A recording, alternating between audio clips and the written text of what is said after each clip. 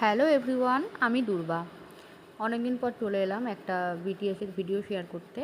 Recently তোমরা দেখেছো আমি একটা ড্রাকুলা শ্যুট করেছিলাম, তো সেটার একটা ভয়ঙ্কর অভিজ্ঞতা হয়েছে।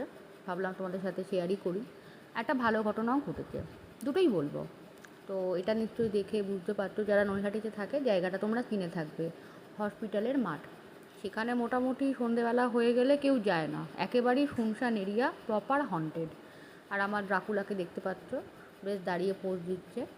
আর শ্যুটটা আমাদের তখন কন্টিনিউ চলছে। আর শ্যুটের শেষে মানে ওখানে যতজন মানুষজন ছিল দেখেছে, তো সবাই একে একে ভিড় করেছে, ড্রাকুলার সাথে সেলফি তুলছে, ড্রাকুলার ভিডিও করছে। ইনফ্যাক্ট আমাকে জিজ্ঞেস করছে যে এইটা কীভাবে শ্যুট হলো, কীরকমভাবে সাজানো হলো, ডিটেলসটা বেশ ভালো লাগছিলো।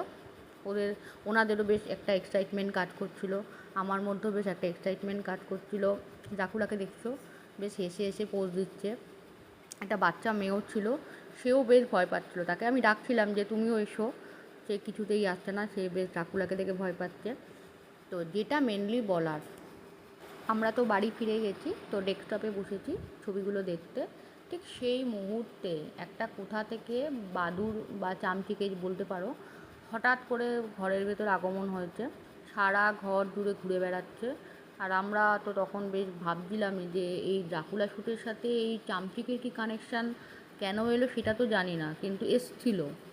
বেশ ভয়ই পাচ্ছিলাম যে এরকমটা সত্যিকারেরই তাহলে একটা হয়তো কোনো এফেক্ট পড়েছে। যাই হোক, এরকম একটা কিছু হবে। আর ভালো অভিজ্ঞতা বলতে গেলে যে সবাই বেশ দেখেছে, রাস্তায় যে কজন ছিল সবাই বেশ অ্যাপ্রিসিয়েট করেছে। সবার এক্সাইটমেন্টটা দেখে আমার ভীষণই ভালো লেগেছে। তোমরাও জানিও কেমন লাগলো।